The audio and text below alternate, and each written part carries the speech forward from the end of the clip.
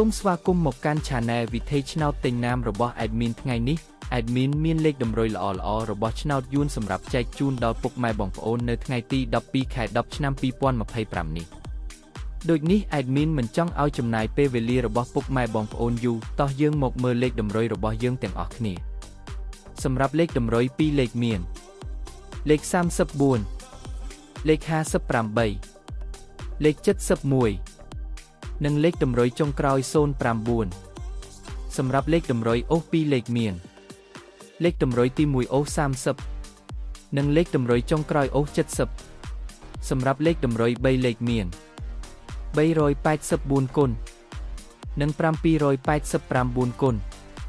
សម្រាប់លេខតម្រុយថ្ងៃនេះ Admin សូមជូនពរឲ្យពុកម៉ែបងប្អូនមានសំណាងល្អទាំងអស់គ្នាហេងមានលាភមានជ័យ